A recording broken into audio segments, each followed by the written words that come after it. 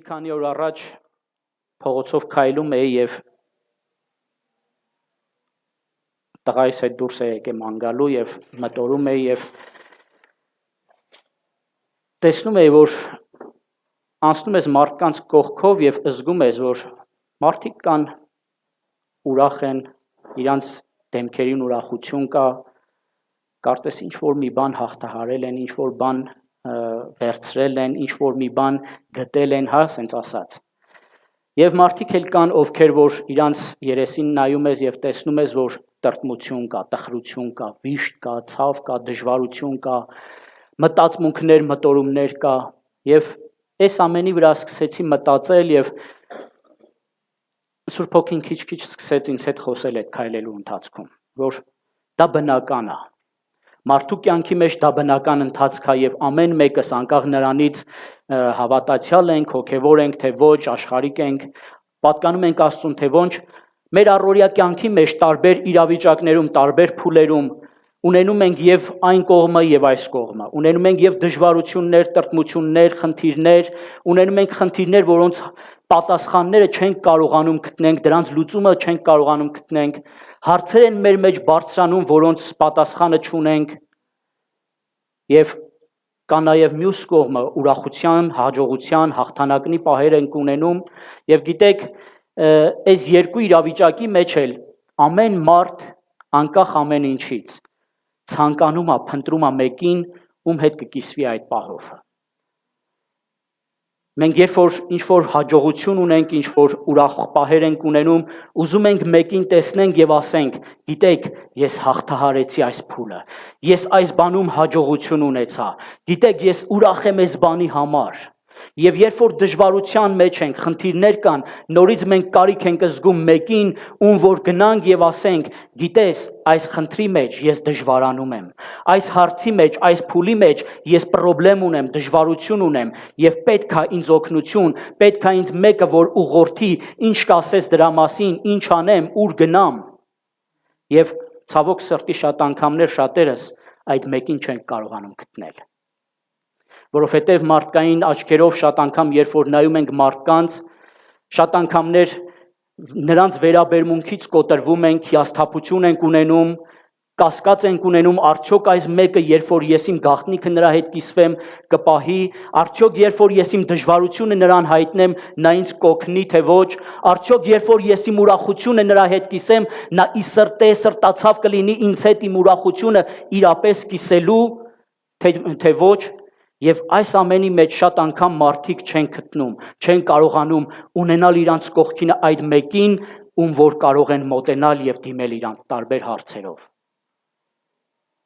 Եվ միգուցե այստեղ նստողներից ոմանք էլ ունեք այդ խնդիրը, ոմանք էլ ունեք այդ փնտրտուքը եւ փնտրում եք մեկին, ում որ կարող եք իրապես համարել այն միակը, ում հետ կարող եք կիսվել եւ ձեր ուրախությամբ եւ ձեր դժվարությամբ։ Եթե դու այդպիսի մեկն ես, ուզում եմ քեզ բարի լուր ասել։ Եթե մինչև այսօր դու չունես մեկը եւ չես գտել մեկին, ում կարող ես կիսվել, ում կարող ես մոտենալ եւ անձամբ նրա հետ կիսվել, խորհրդակցել, խորհուրդ հարցնել, ինչու՞ չէ քո ուրախությունը նրա հետ կիսել, ցնցալ քո ուրախությամբ եւ վստահ լինել, որ նա կկիսի այդ ամենը քո հետ, ուզում եմ քեզ մի հատ խոսք ասել, կա այդպիսի մեկը։ Գուցե մարդկանց մեջ դու նրան չես գտել, գուցե շատ փնտրել ես, բայց երբ որ Աստծո խոսքը նայում ենք Մատթեոս ավետարանի մեջ, մի հրաշալի համար, որը մեզ տալիս է այդ խոսքի ուղղությունը, տալիս է այդ բացահայտումը, թե ով է այդ մեկը, ով կարող է քո հետ լինել, ով կարող է քո հետ քո ամեն իրավիճակը կիսել։ Եվ Մատթեոս ավետարանի մեջ, երբ որ կարդում ենք 11-րդ գլուխ 28 խոսքի մեջ, մենք հետևյալն ենք տեսնում։ Հիսուսը ասեց. ինձ մոտ եկեք, բոլոր հոգնածներ եւ բեռնավորվածներ, եւ ես ձեզ հանգիստ կտամ։ Գիտեք, խոսքը չի ասում, որ փնտրիր եւ ինչ որ ձև արա գտնելու, խոսքը մեզ հուշում է, որ Հիսուսը անձամբ ինքը հրավեր է տալիս իր մոտ գնալու, քո կյանքի տարբեր իրավիճակների, անկախ նրանից ինչ կարգավիճակում ես, ինչ դժվարություն եւ խնդիր ունես, ինչ բեռներով ես բեռնված, Հիսուսն ասում է կապ չունի, ինձ մոտ եկ, եւ ես քեզ պետքա հանգստություն տամ։ Եվ շարունակությունը, երբ որ կարդում ենք շարունակության խոսքերը, հետեւյալն ասում, ասում է ձեր վրա առեք իմ բեռը, իմ լուծը եւ ինձանից սովորեցեք, որովհետեւ ես հեզ եմ եւ սրտով խոնար, եւ ձեր անձերի համար հանգստություն կգտնեք։ Եվ 30-րդ խոսքը ասում է, որովհետեւ իմ լուծը քաղցր է եւ իմ բեռը թեթև։ Գիտեք, երբ որ 29-րդ խոսքը կարդում ենք, տեսնում ենք, կարող է միգուցե մարդ մտածի ասի, մթոմ իմ բեռը քիչ էր, Հիսուսն էլ ասում է, արի մի հատ էլ ես քեզ բեռ տամ։ Բայց գիտեք, տարբերությունն ինչումն է, երբ որ մենք աշխարհից ենք բեռնվում, երբ որ այդ բեռները կլինի դա մեր մեղքի պատճառով, անհնազանդության պատճառով, կլինի թշնամու հարձակման պատճառով, քո անգիտակցության սխալ հասկանալու, անխոհեմ վիճակի պատճառով, թե ինչ իրավիճակում որ կաս եւ այդ բեռները դրված է քո ուսերին, դրանք քո ուսերին երբ որ դրվում է, դրանք ծանրություն են եւ տքնում ես, տանջվում ես, տառապում ես, որովհետեւ դրանք չեն կարող թեթև լինել եւ դրանք այն ինչը որ դնում է նրա նպատակը քեզ օգնելը չի, նրա նպատակը քեզ խոնարեցնելը եւ ծռելն է։ Բայց երբ որ Հիսուսն ասում է, արի ինձ մոտ, նա ասում է, երբ որ դու կգաս, այն ինչը որ աշխարհից բեռնված է, քո ուսերին դրված է, քո մտածմունքների մեջ քեզ անհանգստություն, վախ, տագնապ է պատճառում, երբ որ դու կգաս ինձ մոտ, կմոտենաս ինձ, ես դրանք քեզանից վեր կառնեմ։ Ես դրանք քեզանից կվերցնեմ, որպեսզի այլևս դու այդ դժվարության լուծի տակ չմնաս, նրանց տակ չկռանաս, չխոնարհվես այդ աշխարհի դժվարությունների առաջ, եւ ասում է, երբ որ գաս, այդ ժամանակ ինձանից վերցրու, իմ բեռը վերցրու, իմ լուծը վերցրու։ Ինչ է նշանակում Քրիստոսի լուծը վերցնել, նշանակում է նրա հետ, նրա արքայության համար, նրա արքայության մեջ, նրա գործին համագործակից դառնալ, Քրիստոսի հետ գործակից դառնալ։ Երբ որ մենք վերցնում ենք Քրիստոսի լուծը, Քրիստոսի բեռը, նրա նպատակները, նրանք մեր համար ծանրություն չեն դառնում, որովհետև Քրիստոսը մեզ հետ աջակից է, նա այդ բեռը մեզ հետ կրում է։ Երբ որ աշխարհը քո անհանգստությունները քո վրա բեռ են դնում, գալիս են քո վրա եւ քեզ ծանրություն են պատճառում, նրանք քո հետ դա չեն կիսում։ Բայց երբ որ Քրիստոսի լուծը դու վերցնում ես, Քրիստոս քեզ հետ կիսում է այդ լուծը, Քրիստոս կիսում է քեզ հետ այն գործը, որը պիտի անես, որը իր արքայության գործն է, եւ նա ասում է, երբ որ դա կվերցնես, նաեւ սովորիր, թե ես ինչպես եմ անում, ինձ նայիր, ինձ հետևիր, որովհետեւ երբ որ ինձ կտեսնես այդ գործը կատարելուս, քո համար հեշտ կլինի։ Քեզ համար այլևս դժվարություն չի լինի, մտահոգություն չի լինի, տագնապ չի լինի, ինչպես այդ ծառայությունը իրականացնես, ինչպես գնաս ավետարանչություն անես, ինչպես մարդկանց խոսքը խոսես, ինչպես դևերին հրամայես։ Երբ որ մենք նայում ենք Հիսուսին, որովհետև Հիսուսն ասում է, ես էլ նայում եմ Հորը, ինչպես որ նա է անում, ինչպես որ նրա կամքն է, ես էլ այդպես եմ անում, ես էլ դա եմ խոսում։ Եվ երբ որ մենք էլ կնայենք Քրիստոսին եւ կմոտենանք նրան, կտեսնենք, թե ինչպես է նա անում, ինչպես է խոսում, ինչ է մեզ սովորեցնում, այդ ժամանակ մեզ համար այլևս բեռ չի լինի, դժվարություն եւ ծանրություն չի լինի։ Մենք հեշտությամբ կարող ենք այդ ամենը անել։ Եվ շարունակության մեջ ասում է,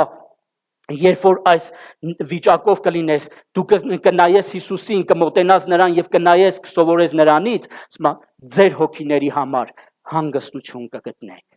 Ձեր հոգիները հանգստություն կգտնի, ոչ միայն ձեր ֆիզիկականը, ձեր մարմինը, այլ նաեւ ձեր հոգիները հանգստություն կգտնի Քրիստոսի մեջ, նրա ներկայությունից։ Եվ շարունակությունը վերջի խոսքն ասում է, որովհետեւ իմ լուծը քաղցր է եւ իմ բեռը թեթև է։ Որովհետև նա քեզ հետ կիսում է այդ ամենը։ Նա քեզ սովորեցնում է ինչպես այդ լուծը կրել, ինչպես անել, որ չվնասվել, ինչպես անել, որ չդժվարանալ։ Եվ Հիսուսը մեզ ամեն իրավիճակի մեջ օգնում է առաջ գնալու։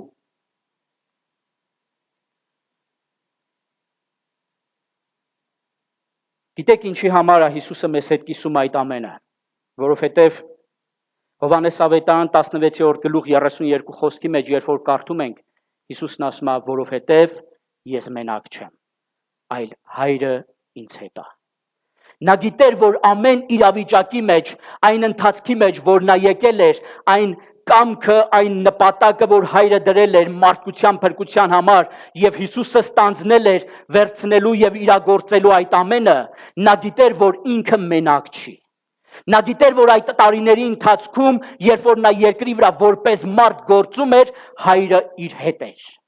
Իր ներկայությամբ իր կյանքի մեջ էր եւ ամեն իրավիճակի մեջ նրան քաջալերում էր, նրան զորացնում էր, նրան ուղղորդում էր եւ Հիսուսն էլ ասում է. ես գիտեմ, որ հայրը ինձ հետ է եւ ես մենակ չեմ։ Եվ սա իմանալով հանդերձ մենք էլ գիտենք, որ Հիսուսը մեզ հետ է եւ մենք մենակ չենք։ Եվ Հիսուսը սովոր էր, գիտեր իր տարբեր կարգավիճակների մեջ, ինչ իրավիճակում որ լիներ, գիտեր հոր առաջ գնալ, գիտեր հորը դիմել, որովհետև գիտեր, որ հայրը լսում է իրան, որովհետև գիտեր, որ հայրը իր հետ է։ Եվ Աստծո խոսքը, երբ որ կարդում ենք տարբեր հատվածների մեջ, մի քանի դրվագներ եմ առանձնացրել Հիսուսի կյանքից, կուզեմ դրանց անդրադառնանք, երբ որ տարբեր իրավիճակների մեջ էր, տարբեր հարցերի առաջ էր կանգնած Հիսուսը, նա ամեն իրավիճակում դիմեց հորը։ Եվ առաջի տեղը, որ տեսնում ենք Հովհաննես ավետարան 6-րդ գլխի մեջ 11 խոսքում, երբ որ ամբոխը նստած էր եւ պետք է կերակրեր այդ ամբոխին, Աստծո խոսքն ասում է նա վերցրեց հացերը եւ իր հայացքը բարձրացրեց երկինք, օրհնեց եւ բազմացավ այդ ամենը եւ տվեց մարդկանց։ Թեև այս խոսքի մեջ գրված չի, որ նա դիմեց հորը, բառացի չկա այդպիսի արտահայտություն, բայց այն փաստը, որ նա երկինք նայեց, նա երկնքի սուրունության համար չնայեց երկնքին, նա նայեց, որովհետև գիտեր հայրը երկնքում է, նա նայեց դեպի հայրը եւ օրհնեց հորը, օրհնեց այն ամենը, ինչ որ նրա ձեռքերում կար, որը նա կարող էր բազմացնել եւ այդ ամեն հնարավորությունով կերակրել այդ բազմությանը։ Եվ նա դրանով հանդերձ ցույց տվեց, որ թեև դժվար է, մարդկային աչքերով, մարդկային հասկացողությամբ դժվար է ընկալել եւ ըմբռնել, որ ընդամենը մի քանի հացով կարող ես հազարավորների կերակրել, բայց նա գիտեր, երբ որ հորն է դիմում, երբ որ դեպի հայրն է նայում, դեպի Աստվածն է գնում, Աստծո մոտ անկարելի բան չկա։ Նա կարող է ընդամենը փշրունքներով կերակրել բազմահազարների։ Դրա համար նա նայեց երկինք, օրհնեց եւ բազմացավ այդ ամենը։ Մեկ ուրիշ հատվածի մեջ, երբ որ տեսնում ենք Մատթեոս ավետարան 14-րդ գլխում, կարդում ենք, որ Հիսուսը երբ որ ծառայություն էր անում, խոսում էր, Աստծո խոսքը մեկ ուրիշ ավետարանների մեջ շեշտում է, որ բազմությունը իր մեջ որոշում ուներ Հիսուսին թագավոր օծել, թագավոր հռչակել։ Եվ Աստծո խոսքն ասում է, Հիսուսը գնաց առանձնացավ, հոր առաջ կանգնեց, որովհետև այն ինչ որ մարդն էր ցանկանում, դա աստվածային նպատակը չէր։ Եվ նա կանգնեց հոր առաջ, որպեսզի այդ ամենից խուսափի։ Մարդկային ջանքերից, մարդկային նպատակներից խուսափի, որովհետև նա չէր եկել Իսրայելի վրա ֆիզիկական թագավորության համար։ Նա եկել էր Իսրայելի փրկության եւ հոգեվոր թագավորությունը, իր մեսիական թագավորությունը հռչակելու։ Եվ դեռևս դրա ժամանակը չէր, դրա համար Հիսուսը խուսափեց այդ ամենից եւ գնաց կանգնեց հոր առաջ։ Աստծո խոսքն ասում է նա ամբողջ օրը աղոթքի մեջ էր եւ երբ որ երեկո եղավ, սարից իջավ եւ ծովի վրայով քայլեց։ Նա մոտեցավ իր աշակերտներին։ Նա նորից ցույց տվեց իր աստվածային էությունը։ Երբ որ մենք կանգնում ենք Հայր Աստծո առաջ, երբ որ մեր հարաբերությունը Աստծո հետ է, մենք էլ աստվածային էությամբ, նրա գերբնական զորությամբ կարող ենք շարժվել ալիքների վրայով։ Եվ մեկ ուրիշ հատված, որ տեսնում ենք Աստծո խոսքի մեջ, Հովհաննես ավետարան 11-րդ գլխում մի անձնավորություն, որը Հիսուսի համար սիրելի էր, Աստծո խոսքն ասում է մահացավ։ Եվ Հիսուսը գնաց այդ վայրը եւ նրա քույրերը մոտեցան, մարդիկ էլ անհամբերությամբ սպասում էին, թե ինչ պիտի լինի, ինչ կանի։ Մարթան եւ Մարիամն էլ կասկածներ ունեին իրանց մեջ, միգուցե թերահավատություն կամ անհավատություն ունեին, չէին հասկանում Աստծո խոսքի ճշմարտությունը, որ անգամ Հիսուսն այդ պայն ասում էր. ես եմ հարությունը, եւ Հիսուսը Աստծո խոսքն ասում է, գնաց նրանց հետ դեպի գերեզմանը։ Եվ Հիսուսը կանգնած էր մեռյալ Ղազարոսի գերեզմանի եւ մարդկանց արձագանքների մեջտեղում։ Եվ դժվարություն էր մարդկային աչքերով, ինչ պետք է արվի։ Մարդիկ մտածում էին, ինչ պետք է անի հիմա Հիսուսը։ Եվ Հիսուսը Աստծո խոսքը առաջի բանը, որ ասում է, նախ նայեց երկինք եւ ասեց. հայր, շնորհակալ եմ, որ դու ինձ հետ ես։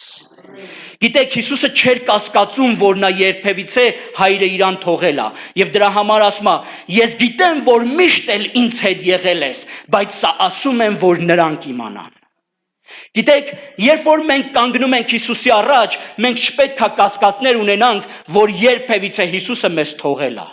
Մենք էլ պետք է նրա նման ասենք. գիտենք Հիսուս, գիտենք Հայր, որ դու մեզ հետ ես եւ միշտ էլ մեզ հետ ես եղել եւ ամեն ժամանակ, երբ որ մենք մոտենանք, դու մեզ հետ կլինես։ Եվ սա ասում ենք, որ ոչ թե որ կասկածում ենք, այլ որ ուրիշներին էլ հայտնի լինի, որ դու միշտ մեզ հետ ես։ Եվ երբ որ նա սա ասեց, հաջորդ քայլ Աստծո խոսքն ասում է, նա հրամայեց Ղազարոսին, ասեց. Ղազարոս, դուրս արի։ Գիտեք, երբ որ մոտենում ես Հիսուսին, երբ որ մոտենում ես Աստվածային ներկայությանը եւ վստահություն անում ես եւ հռչակում ես անում, քո ամեն հռչակումը ի կատարած պիտի ածվի։ Եվ Ղազարոսը Աստծո խոսքն ասում է, դուրս եկավ գերեզմանից։ Հիսուսը գիտեր հորը դիմել, մոտենալով նրան։ Եվ մեկ ուրիշ հատվածում, երբ որ նայում ենք, մեկ ուրիշ դժվարության մեջ արդեն, Մատթեոս 26-րդ գլխում Աստծո խոսքը մեզ տեղեկացնում է, որ Հիսուսը իր աշակերտների հետ նախքան խաչելությունը գնաց Գեթսեմանի պարտեզը։ Եվ երբ որ աշակերտների հետ մտավ այդ պարտեզը, վերցրեց իր հետ երեքին, ավելի առաջ գնաց եւ նրանց ասեց. արթուն մնացեք եւ աղոթք արեք, որ փորձության մեջ չընկնեք։ Եվ շարունակությունն ասում է, իսկ ինքը մի քանի քայլ առաջ գնալով ծունկի եկավ եւ հորը դիմեց. հայր, եթե քո կամքն է։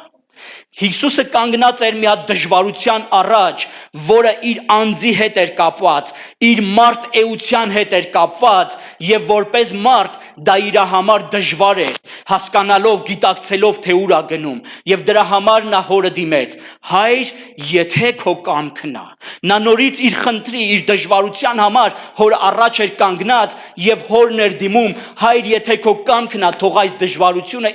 ինձանից անցնի, բայց ոչ թե այնպես, ինչպես որ ես եմ ուզում, այլ ինչպես որ քո կամքն է։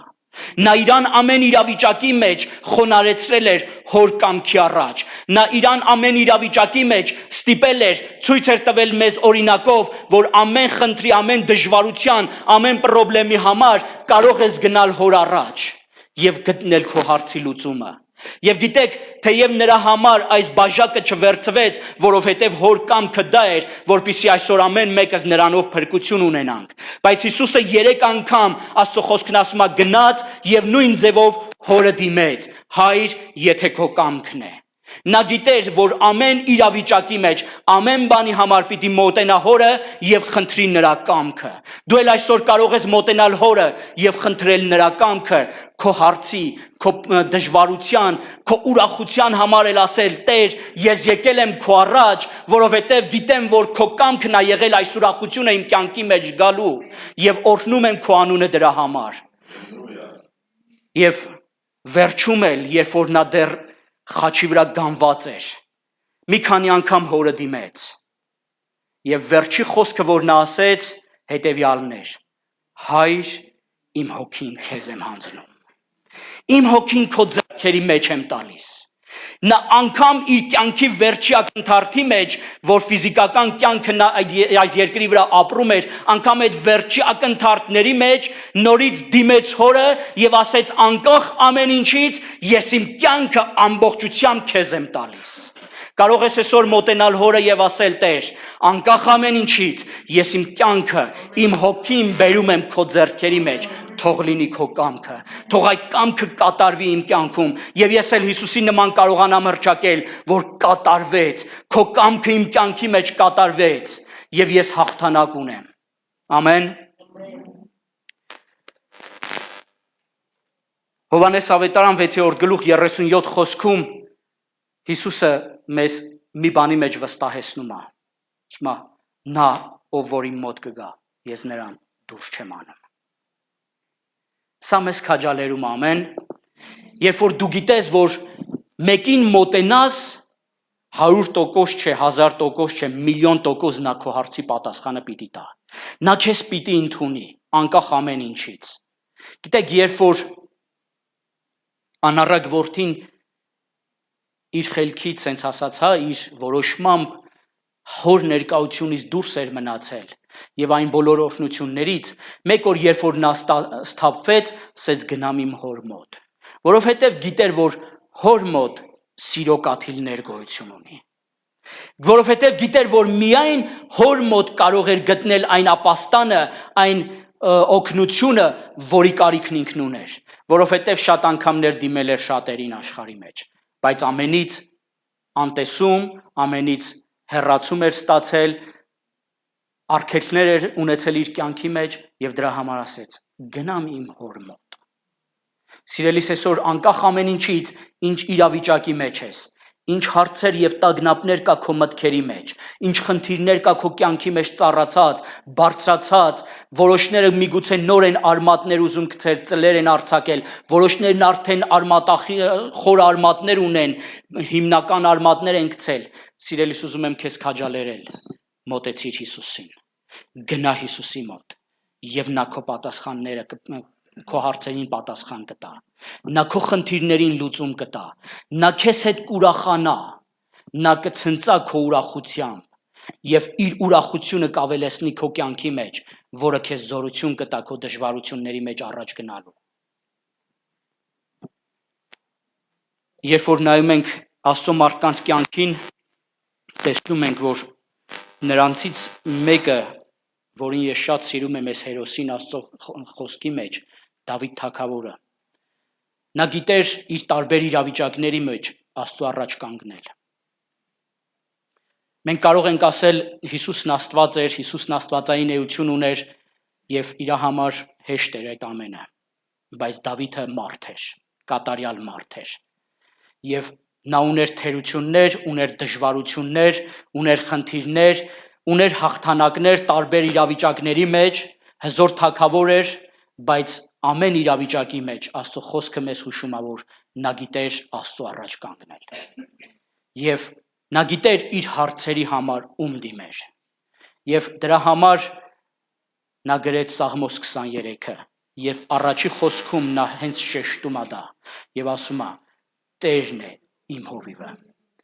Մեկ ուրիշ Սաղմոսների մեջ ասում է. Տերը իմ ապավենն է, Տերը իմ ամուր ամրոցն է, բարձր աշտարակն է, իմ զորությունն է, իմ ուրախությունն է։ Դավիթը գիտեր, որ այդ ամենը Տերն է իր համար։ Ոչ իր ծնողներն են, ոչ իր եղբայրներն են, որոնք հաղթանդամ էին, զորավոր էին, գեղեցիկ էին Աստծո խոսքի համաձայն, ոչ իր անկերներն էին եւ ոչ այլ մեկը, այլ Տերը։ Եվ սա գրված է ամեն մեկիս համար որպես օրինակ, որ մենք էլ կարող ենք հասկանալ եւ դավանել, որ մեր կյանքի մեջ Տերն է այդ ամենը։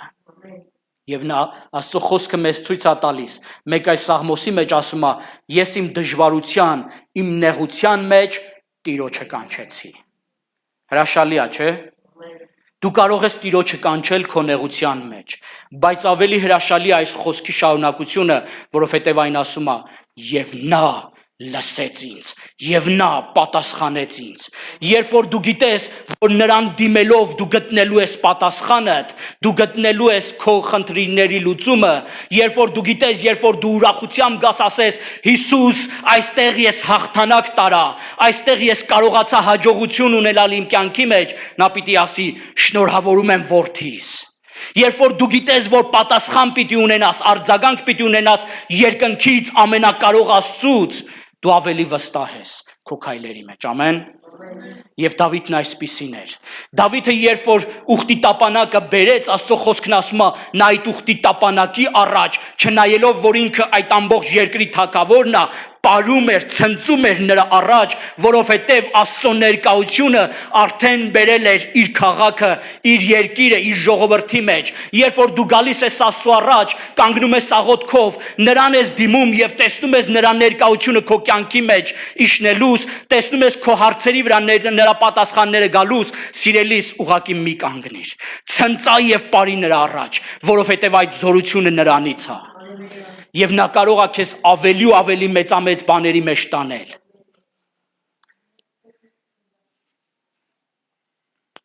Սաղմոս 100-ի մեջ, Սաղմոս 2-ն 4-րդ խոսքում ասում է. մտեք նրա սրահները փառաբանությամբ եւ նրա ներկայությունը, նրա դռները գովաբանությամբ եւ ուրախությամբ։ Երբ որ գալիս ես Տիրոջ առաջ, ուրախությամբ մտի, ուրախությամբ եւ փառաբանության ձայներով մտի նրա առաջ։ Մեկ ուրիշ սաղմոսների մեջ, երբ որ կարդում ենք, ասում է Տիրոջը օրհնեք, փառաբանեք նրան ծնծխաներով, բազմաթիվ լարեր ունեցող տավիղներով, քնարներով, շեփորի ձայնով, ձեր ձայնը բարձրացրեք, սաղմոսներ երգեցեք, սիրելիս նրա առաջ արի այդ փառաբանության հոգեվիճակով եւ երկրպագությամբ։ Եվ կտեսնես, որ Աստծո ներկայությունը քո կյանքի վրա կիջնի, Աստծո պատասխանները կգան քո կյանքի մեջ, քո խնդիրների վրա եւ դրանց լուծում կգա, որովհետեւ նա ամենակարող Աստված է։ Հակոբոս առաքյալը իր թղթի մեջ 4-ի 8 եւ 10 խոսքերում ասում է. մոտեցեք Աստծուն եւ ասում է նա կմոտենա ձեզ։ Երբ որ դու մոտենում ես Տիրոջը, նա անպայման քայլ է անում դեպի քեզ մոտենալու։ Գիտեք, մեկ այլ թարգմանության մեջ, երբ որ կարդում ենք այս խոսքը, մեր սովորական թարգմանության մեջ ասում է մոտեցիր եւ նա կմոտենա։ Ես մեկ այլ թարգմանության մեջ նայեցի եւ խոսքը ասում է մոտեցիր եւ նա կմերձենա քեզ։ Երբ որ բառարանի մեջ մերձենալ բառը տեսնում ենք նրա բացատրությունը, տալիս է, որ մոտենալը ոչ միայն ուղակի որոշ քայլ անելն է, այլ մոտենալ այնքան մինչև հպվի, մինչև դիպչի քեզ, մինչև քո հետ մտերմանա ավելի մտերմիկ։ Գիտես, երբ որ մենք կանգնած ենք եւ ինչ որ մեկի կանչում ենք, նա ընդամենը մի քայլ անի դեպի քեզ, դու չես հասկանա նա մոտեցավ թե ոչ, որքանով է քեզ մոտեցել, հատկապես երբ որ նա քո հետևից մոտենա։ Բայց երբ որ այդ անձնավորությունը գալիս է եւ իր ձեռքը հպում է քեզ, դու վստահ ես, որ նա հասել է դեպի քեզ, դու վստահ ես, որ նա քո կողքին կանգնած է եւ Աստծո խոսքը հենց այսպիսի մոտեցում ասում Աստծո կողմից, երբ որ դու կմոտենաս նրան, նա կմոտենա քեզ այն կարգի, որ կհպվի քեզ եւ դու ֆիզիկապես կզգաս նրա մոտեցումը քո կյանքի մեջ։ Դու կտեսնես, որ Աստված հպվեց քեզ ու երբ որ Աստված հպվում է, քո կյանքի մեջ փոփոխություն է գալիս։ Եվ շարունակության մեջ Աստծո խոսքն ասում է. եւ խոնարհվեցեք Աստծո առաջ, նրա կամքի առաջ, նրա ներկայության մեջ եւ նա պիտի բարձրացնի ձեզ։ Գիտեք, շատ անգամներ մենք մարդիկը սովոր ենք, սիրում ենք մոտենալ պահանջատիրական կարգավիճակով։ Եկել եմ Հիսուս արասա։ Բայց Աստծո խոսքը մեզ ասում է, երբ որ մոտենում ես, խոնարհվիր նրա առաջ, որովհետև նա ամենակարող Աստված է, որովհետև նա թագավորների թագավորն է եւ տերերի տերն է։ Երբ որ դու այս կարգավիճակով ես գալիս, այս վիճակով ես մոտենում, այս հարգանքով եւ պատկառանքով ես քո Աստծո առաջ կանգնում, նա իր ձեռքը մեկնում է եւ քեզ բարձրացնում է եւ ասում է. «Սիրելիս, դու իմ որդին ես, կանգնիր»։ Գիտեք, երբ որ Եստեր թագուհին խնդրի առաջ էր կանգնած եւ իր անձին էր վտանգ սպառնում եւ ամբողջ Իսրայել ժողովրդին, հրյա ժողովրդին մուրքեն ասեց գնա եւ այսպես արա, նա իր մեջ կասկած ուներ, արդյոք երբ որ կանգնի թագավորը նրան կընդունի թե ոչ, բայց նա որոշում կայացրեց, անկախ ամեն ինչից ես պիտի մտնեմ թագավորի ներկայության մեջ եւ եթե պիտի մեռնեմ, թող մեռնեմ։ Եվ այս որոշմամբ, երբ որ նա գնաց համարձակությամբ, Աստծո խոսքը Եստեր գրքի մեջ ասում է, երբ որ Եստեր թագուհին հագնվեց ինչպես որ թագուհին էր հագնվում եւ գնաց գավիթը եւ կանգնեց թագավորի առաջ, թագավորն ասում է տեսավ եւ Եստերը նրա աչքի առաջ հաճելի երևաց, շնորհք գտավ։ Երբ որ դու համարձակությամբ գալիս ես քո թագավորի առաջ, Աստված կնայի քեզ եւ կասի իմ որդին է, իմ դուստրն է եւ դու շնորհք կգտնես։ Եվ Աստծո խոսքն ասում է, որ թագավորը իր ոսկի գավազանը մեկնեց, սա էր օրենքը, սա էր կարգը, երբ որ թագավորը մեկին ընդունում էր եւ թույլ էր տալիս, համաձայնության նշան էր տալիս, որ նա իրավունք ունի մոտենալ թագավորին, իր գավազանը մեկնում էր։ Աստված իր իշխանությունը կմեկնի դեպի քեզ, Աստված իր ոսկե իշխանությունը կմեկնի դեպի քեզ եւ թույլ կտա դու մոտենաս իր ներկայությանը։ Եվ խոսքն ասում է, Եստերը մոտեցավ եւ հպվեց այդ գավազանին, եւ թագավորն ասեց. Ինչ բան ունես, Եստեր թագուհի, ասա եւ անգամ մինչեւ իմ թագավորության կեսը պիտի տամ քեզ։ Գիտեք, Աստծո թագավորությունն ամբողջությամբ քեզ է պատկանում։ Ոչ միայն կեսն է քեզ մեր հավիտենական Աստվածը առաջարկում, այլ ասում է ասա որդիս, որովհետև իմ թագավորությունը քոնն է, որովհետև այն ամենը, ինչ որ կա իմ թագավորության մեջ, քեզ համար է պատրաստված, ոչ թե կեսը, ոչ թե մի մասը, եթե աշխարհիկ մարդը, աշխարհը, քո ընկերը, քո հարազատը կարող է իր ունեցածի կեսը քեզ առաջարկել, մեր հավիտենական թագավորը ամբողջն է քեզ առաջարկում։ Եվ Աստծո խոսքն ասում է, Եստերը երբ որ հպվեց, խոնարհվեց թագավորի առաջ եւ ասեց. եթե քեզ հաճելի է։ Գիտեք, Եստերը չառիթավորվեց, որ թագավորն իրան ընդունել է, որ գավազանը մեկնել է եւ նա հպարտությամբ եւ բանով չմոտեցավ, թագավոր ջան, դե էս բանն արա ինձ համար։ Ասում է, թագավորին ասեց, եթե քո առաջ հաճելի է սա,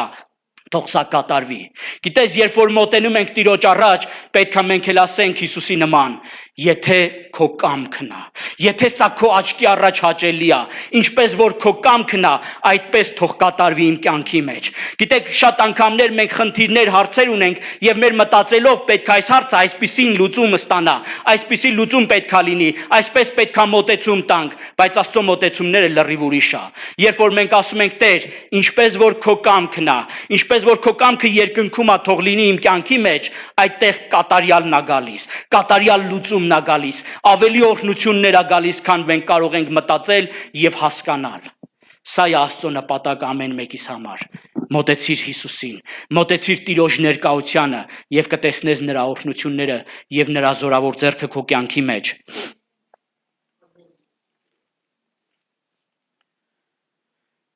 Գիտեք, երբ որ նայում ենք մի քանի օրինակներ կուզեմ Աստծո խոսքից նայենք,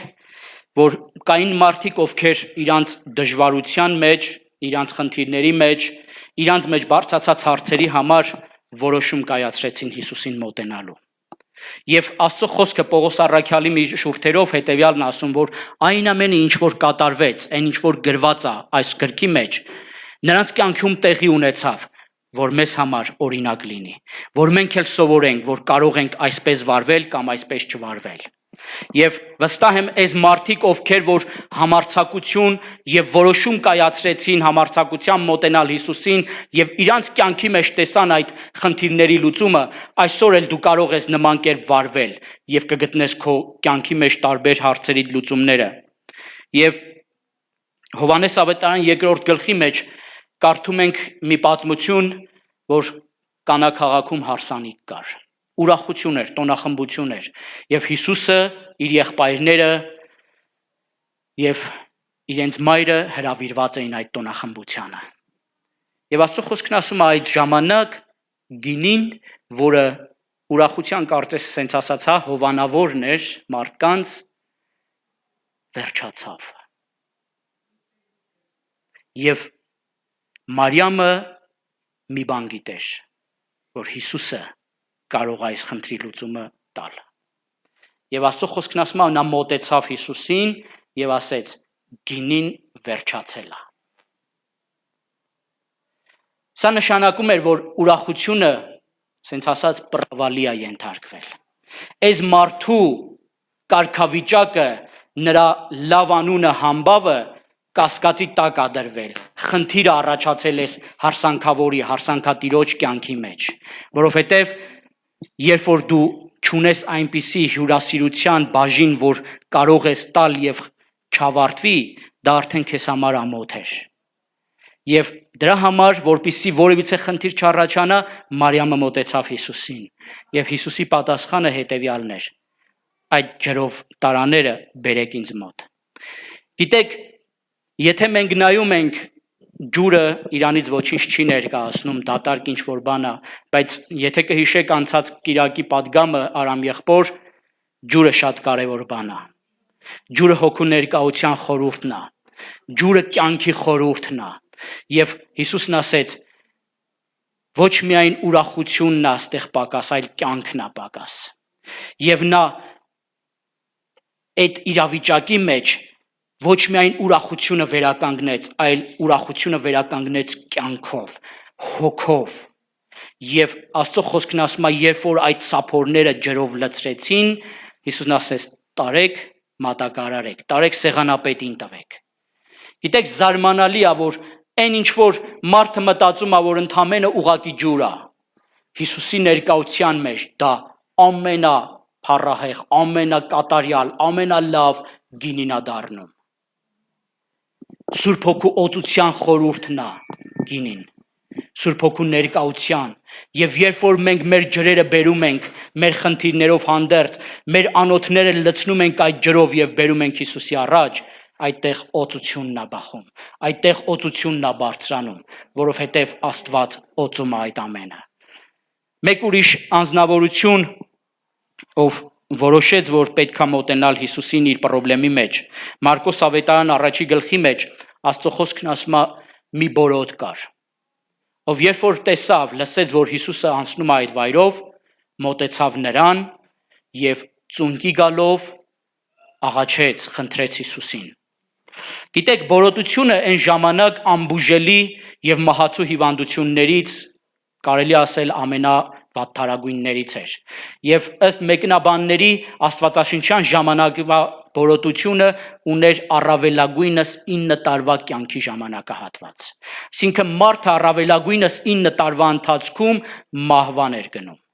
Որովհետև երբ որ մարդը բորոտ էր, նշանակում էր նա մերժված է ամենքի կողմից, նա առանձնացված է բոլոր հասարակությունից, նա չունի իր կյանքի առօրյան իր օրվա ուտելիքը հայթայթելու այն բանը, ազատությունը, որը կարող էր ունենալ ազատ կյանքի մեջ եւ առողջ վիճակում, եւ սրանով հանդերձ վտանգված էր իր կյանքը։ Բայց Աստծո խոսքն ասում է, նա գիտեր ինչ աներ, մոտեցավ Հիսուսին։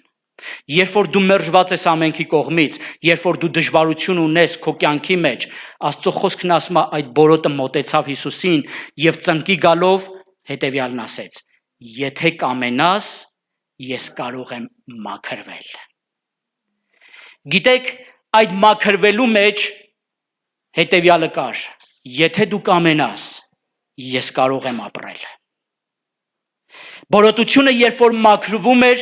մարդը կարող էր շարունակել ապրել, հույս կար ապրելու։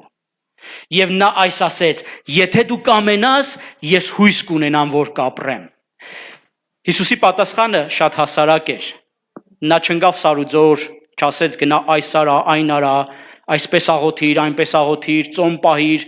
այս մեկի մոտ գնա, այն մեկի մոտ, ասավ կամենում եմ որդիս։ Կամենում եմ, մաքրվիր։ Ուղղակի երկու խոսք, կամենում եմ, մաքրվիր, եւ ասում է հպվեց եւ նրա բորոտությունը անմիջապես նրա վրայից գնաց։ Գիտես, երբ որ դու մոտենում ես, մի սպասիր, որ Հիսուսը ինչ որ փիլիսոփայական տողերով, մեծ շարադրանքներով քեզ ինչ որ պատգամներ պետքա փոխանցի, նա կամենում է։ Թույլ տուր ուղղակի այդ խոսքը գա, քեզ համար դա անհեթեթ չթվա, քեզ համար դա սովորական չթվա, չասես Հիսուս, այսքան բանն ասեցի ու դու ընդամենը երկու խոսք կամենում եմ։ Այո, նա կամենում է, եւ այդ կամենումի մեջ, նրա կամքի մեջ կա քո ամեն խնդիրների լուծումը։ Կա քեզ համար օրհնությունը, կա քեզ համար կյանքը, երբ որ նա կամենում է, որ դու մաքրվես, նա նշանակում է, որ նա կամենում է, որ դու ապրես, որովհետև Աստծո խոսքն ասում է, ամենքս մեղանչեցինք եւ մեղքի պատճառով մեր վարձքը մահն էր, բայց Հիսուսի խաչը, նրա կյանքը, որ դրվեց խաչի վրա, նա այդ կամքը կատարելով հոր համար, ասեց կամենում եմ, որ դու մաքրվես այդ մեղքի ազատությունից եւ ունենաս հավիտենական կյանքը։ Ոչ թե այս ժամանակավոր կյանքը, որ երկրի վրա տրված է, ոչ միայն սա, այլ ես կամենում եմ, որ դու մաքրվես եւ հավիտյանս հավիտենից ապրես ինձ հետ։ Սա է Աստծո կամքը, երբ որ մոտենում ենք։ Թեև նա շատ հասարակ է թվում, երկու բառ ընդամենը կամենում եմ, մաքրվիր, բայց սա զորավոր է։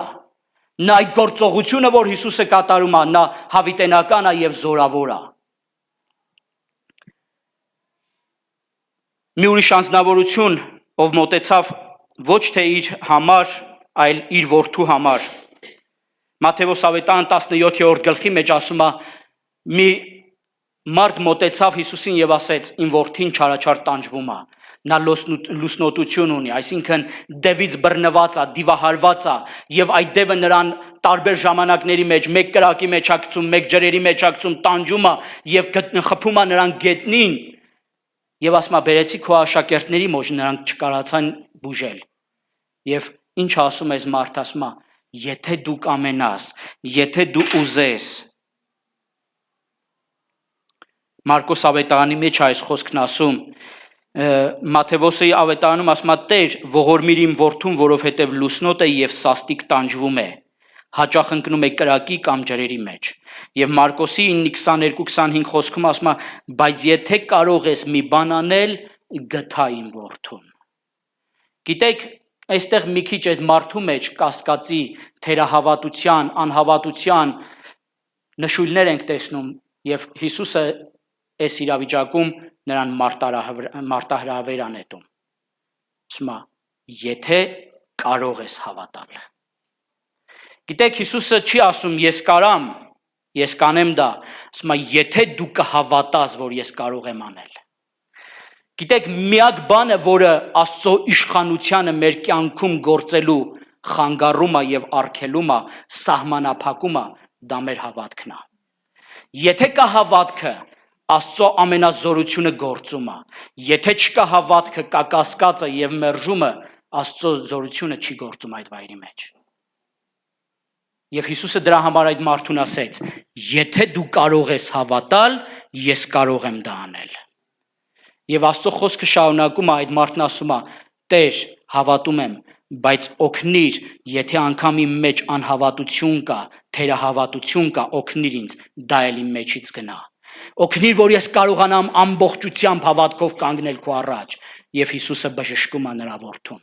Երբ որ մենք հավատք ենք ընծայում, հավատք ենք ցույց տալիս, որ երբ որ մոտեցել ենք, կասկած չկա, որ նա պիտի լուծի այդ խնդիրը, կասկած չկա, որ նա պետք է օգնի, կասկած չկա, որ նա մեզ հետ ուրախանալու է, նա արձագանք կտա, նրա միջամտությունը կգա մեր կյանքի մեջ։ Պետրոսը իր մեջ ուներ հարցեր։ Մեկ օր Հիսուսին ասեց. Տեր, եթե իմ եղբայրը իմ դեմ խնդիր ունի, ես իմ եղբոր հետ իմ հարաբերության մեջ խնդիր ունեմ, իմ եղբայրը ինձ հետ լավ չի վարվել, ես ինչ պետք է անեմ, քանի անգամ պետք է ներեմ։ Մեզ համար հայտնի է արդեն, բայց Պետրոսի համար հայտնի չէր։ Լավ, ինչքան տանեմ իրան, իրա սխալը։ 7 անգամ 7 կատարելության թիվն էր եւ Պետրոսը որպես հրյա լինելով գիտեր որ 7 կատարելության նշանն է կատարյալ աստվածային նշանն է եւ ասեց կատարյալ ձևով նրան ներեմ այս քանակությամբ չափանիշ դրեց Հիսուսն ասեց ես չեմ ասում 7 անգամ այլ 7 անգամ 70 Այսինքն դու ոչ թե քանակների ուշադրություն դարձրու, այլ քո սրտի դիրքին, դու պետք է հայել ներես, որովհետև ես ներում եմ։ Դու պետք է հայել ներես, որովհետև իմ էությունը ներող էություն է։ Եթե դու ուզում ես, որ ես քեզ ներեմ, դու էլ պետք է այդ էությամբ այդ նման ձևով վարվես։ Մենք աստվածային էությունից ենք, ամեն։ Պետք է նրա նման վարվենք։ Հիսուսը ներեց։ Հիսուսը ներեց նրան անգամ, ով որ իրան խաչում էր, ասեց հայր ներիր չեն հասկանում, հայր ներիր, և այսօր մենք էլ պետք է Պետրոսի նման սովորենք, ներենք անկախ ամեն ինչից,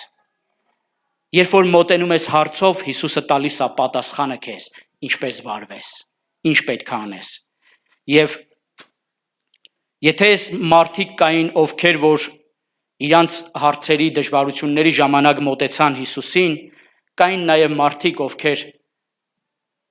այս տարբեր իրավիճակների մեջ Աստծուց, Հիսուսից 5 կտակարանում Աստծուց էին հեռանում և նոր կտակարանում Հիսուսից հեռացան։ Եվ երբ որ կարդում ենք Սոփոնիայի գիրքը, Մարգարեության գիրքը 3-րդ գլխում 2-րդ խոսքը, Սոփոնիա մարգարեն խոսում է Երուսաղեմի մասին և ասում է հետևյալ խոսքերը, ասում է ձայնին ականջ չդրեց և խրատը չընդունեց, Տիրոջը չապավինեց և Աստծուն չմոտեցավ։ Խոսում է մի ամբողջ ազգի, մի ամբողջ քաղաքի մասին եւ հետեւյալ խոսքերով ա դիմում, ասում է, նա իր Աստծուն չլսեց, նրա խրատին ականջ չդրեց եւ ոչ մի վիճակում էլ չմոտեցավ դեպի նա, դեպի Աստվածը։ Գիտեք ինչքան ցավալի է, երբ որ մարդը լսում է Աստծո խոսքը, լսում է նրա խրատները, բայց ասում է, միևնույնն է, ես դա չեմ կատարի։ Միևնույնն է, ես չեմ հավատում, որ Աստված կա։ Միևնույնն է, ես չեմ գնա եկեղեցի։ Անկախ ամեն ինչից, ինչքան դու ուզում ես ասես, որ Աստված կա, նա կարող է ինձ օգնել, նա կարող է ինձ բարձրացնել, նա կարող է իմ խնդիրները լուծել, նա կարող է ինձ հետ ուրախանալ, միևնույնն է, ես նրա մոտ չեմ գնա։ Մեկ ուրիշ հատվածում կարդում ենք, երբ որ Հիսուսը խոսեց իր անձի մասին եւ ներկայացրեց այն որպես այն հացը, որը հավիտենական կյանք է տալիս, եւ ասեց, եթե մեկը չուտի իմ մարմինը եւ իմ արյունը չխմի, նա կյանք չունի, ինձ հետ բաժին չունի, Աստծո խոսքն ասում է, շատերը լսեցին եւ անգամ այն, որ իր աշակերտներից էին, իրան հետևում էին, ասում է, նրա աշակերտներից շատերն ասեցին, խիստ այս խոսքը, դժվար բաներ ասում, մենք չենք կարող սա ընդունենք, մենք չենք կարող սա անել։ Եվ ասում է, նրանցից շատերը թողեցին եւ հեռացան, այլևս Հիսուսին չէին հետևում։ Գիտեք, այսօր էլ եկեղեցիներում կան մարդիկ, ովքեր գալիս են, խոսքը լսում են եւ ասում են, այս խոսքերը անհնար է պահելը։ Դժվար է, շատ խիստ է։ Մենք չենք ուզում այս կյանքով ապրել։ Մենք չենք ուզում հետևել այս խոսքին, այս պահանջմունքներին։ Գնանք ավելի լավ ուրիշ ձևով, այնտեղ մեզ ավելի լավ են ընդունում։ Բայց գիտես, սիրելիս, Հիսուսից են կողմ ուրիշ կյանք չկա։ Եվ երբ որ Հիսուսը ասում է դարձավ 12-ին եւ ասեց, արդյոք դուք եք ուզում, միթե դուք եք ուզում ինձանից հեռանաք, Պետրոսը իր էությանը համապատասխան վռասկոտությամբ մեջ ընկավ, ասեց, Տեր, ուր գնանք։ Ուր գնանք, եթե հավիտենական կյանքի խոսքերը միայն քո մոտ են։ Սիրելիս, ուզում եմ այսօր այս վստահությունը քո մեջ բարձրանա եւ այս հասկացողությունը, ինչպես Պետրոսի մեջ եկավ, վստահ եմ այդ պահին ոչ թե ինքն իր անձից իր հասկացողությունից խոսած, այլ Սուրբ Հոգին նրա ներսից հորեությունը հայրը նրան հայտնեց եւ խոսեց այդ էությունից եւ ասեց, որ միայն քո մոտ կա այդ հայտնության խոսքերը, այդ կենթանության խոսքերը միայն քո մոտ կա։ Եվ մենք ուրիշ գնալու տեղ չունենք։ Կուզեմ այսօր կանգնես ոտքի, աղոթքի այս համոզմամբ եւ քո մեջ այս որոշումը դու էլ ունենաս։ Տեր, ուրիշ գնալու տեղ չունեմ։ Ես ուզում եմ գամ քո մոտ, ես ուզում եմ գամ քո առաջ, ես ուզում եմ քո առաջ գալ իմ ամեն իրավիճակով, անկախ ինչ կարգավիճակի մեջ եմ, անկախ ինձ ընդունում են շատերը թե մերժում են, անկախ ես լավ վիճակում եմ թե վատ, անկախ առողջ եմ թե տկար եմ, անկախ ամեն ինչից ուրախ եմ թե չէ, ես գալիս եմ քո մոտ։ Հիսուս, ես գալիս եմ քո մոտ։ Հիսուս, ես գալիս եմ, որովհետև գիտեմ, որ դու ունես ինձ համար պատասխան։ Հիսուս, գալիս եմ քո մոտ, որովհետև գիտեմ, որ քո հպումը իմ կյանքի մեջ բեկում կբերի։